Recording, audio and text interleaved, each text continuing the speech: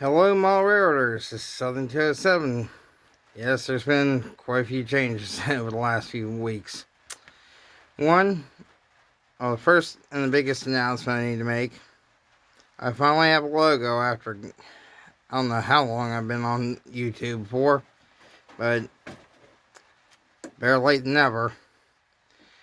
The other thing is this will probably be one of the last times you see this shed. I'm not certain of how soon the new build's going to start, but I have most of the materials accumulated to start it. So it's just a matter of me getting days off and enough days off in a row to get it done. With that being said, what I got planned right now is actually a little bit of a well, not exactly temporary. It's going to be more of a permanent layout, a permanent addition to the layout. Thanks to my girlfriend, Jennifer Prake. She bought me the Scenic Ridge layout kit. And before you guys even question, I've already got the buildings for it. Although, I will state for the record, the track pack's a pain to find. But there has been a few times when I've been over at Jennifer's and we've watched Tom's Trains and Things live show from her house. And hence why me and her both became members of Tom's Trains and Things. Which, if you guys haven't checked him out, here's my shout out to Tom. You've been helping me out, man. So I'm gonna send you some love back. Now, what's going on? Well, I went on Amazon and was poking around. Found 3 shed kits that can be combined together to make a 10 by 22 shed. Now wait a minute, you guys are thinking, your layout's smaller than a 10 by 22. Yes, it is currently. But I'm currently in the process of dismantling it, which hence why the small one I'm doing Scenic Ridge kit, so I can at least run trains in the intermittent time while the new shed's being built, because I can at least take it down, move it into the garage, and hook up about my command station and all that, and possibly get back to doing a few live streams if the YouTube algorithms will still allow it, since I'm under 1,000 members. Which, that brings up a point. The 500 sub contest is still on. We just have to get me there first, guys. Now, as far as the hand-laid track and such, you guys have been seeing how I've been talking about another YouTuber by the name of Crasties, or hand-laid track, 3D printed trains and hand-laid track. This is one of his N-scale curve number. Well, it's not numbered, but the inner radius here is 9 inches and the outer is 12. Not ball size, not even Fast Track makes. He also has 6-inch radius,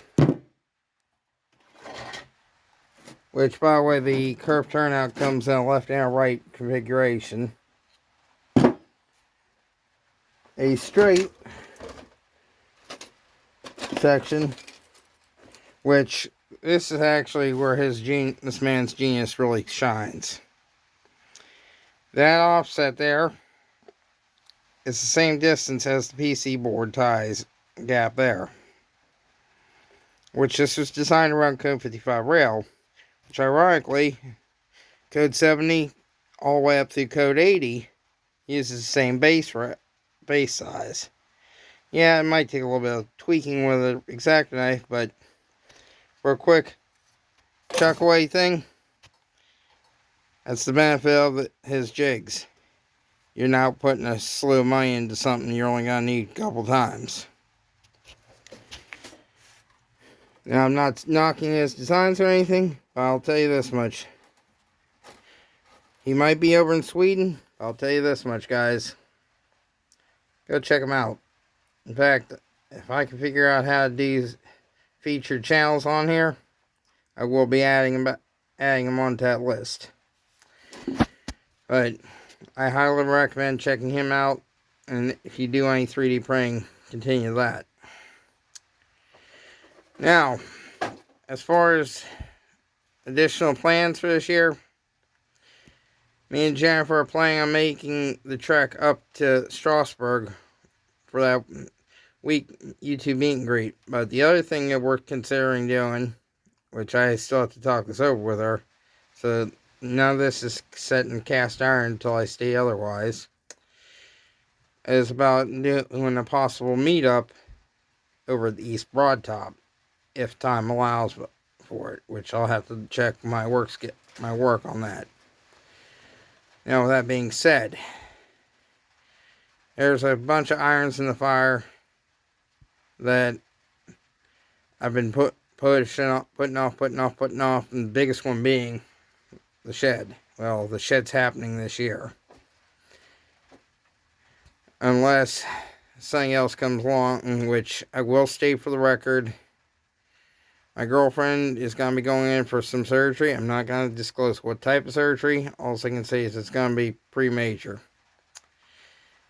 But with that being said, I'm not going to divulge it, as she has asked me to remain that part private. Which, in her defense, I'm honoring that.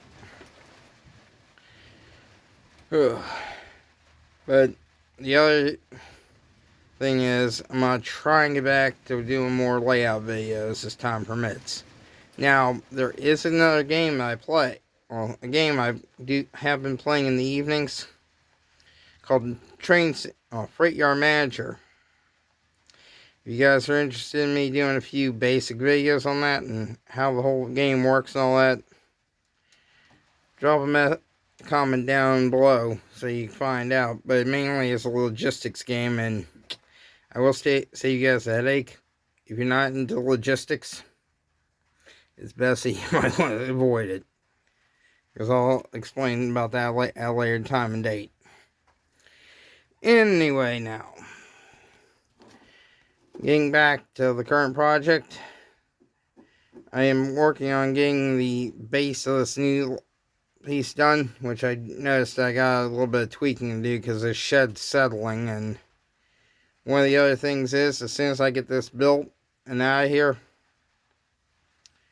everything in here that's on the floor, and I know Vinny and Sparky, which in case you guys are wondering what's going on between me and Sparky, we finally buried the hatchet over the little squabble we had a while back.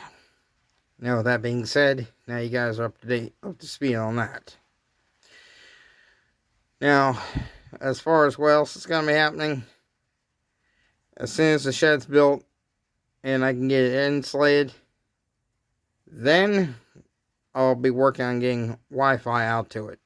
Because as of right now, I'm not even connected to anything, not even cell right now. I have to step outside, about to go, which I'm facing the front of the shed now. I have to go 20 feet that way before I even pick up any kind of signal. This is essential. This type of shed, since it's all steel, is what they call a Faraday cage. In other words, no radio signal in, no radio signal out. So, there's that little bit of information for those of you who are not familiar with what a Faraday cage is. And I have been stopped stocking up on stuff for the layout build. I just got everything stockpiled and saved, prepping for everything. But like I said, it's right now everything's been on hold due to my work schedule, which I did not realize how how much of a company paint. I'll just use the B word as, because every time one of my coworkers has not been showing, since I'm within 15 minutes of the store, guess who gets the phone call? So basically, if you guys remember when I was up in, and yes, I'm having brain farts at the moment. It's just been a long time coming. Up the road in Hopewell. That was the last time that I was on the on-call list. Which I hope none of you guys ever find out what an on-call list is, because it sucks. Anyway, now, getting back to what I was saying. As time permits, I will be getting the shed built, which I'll probably prefab as much as I can. And that way it's just plop and get the plywood up and sheathing on so I can get it done quicker. And with that being said, this is basically me giving you guys a brief update on what's been going on and what my plans are. As of this point, it's just a winged stage. But the other thing, next month marks one year me and Jennifer have been together as a couple. Which I'll tell you this much, guys. Especially you younger generation, if you are watching. Don't go around every girl thinking she's the one. Slow your roll. Don't be in such a rush to hop in the sack with them. Really, and I'm speaking from experience here, really find out who you're dating. It will save you a lot. And this is, I know several other people will probably chime in the comment section below. But they'll even agree with me on this. It will save you a lot of headache in the long run, knowing who your partner truly is. Anyway, with that being said, this is Southern 207. I'll catch you guys on the next update.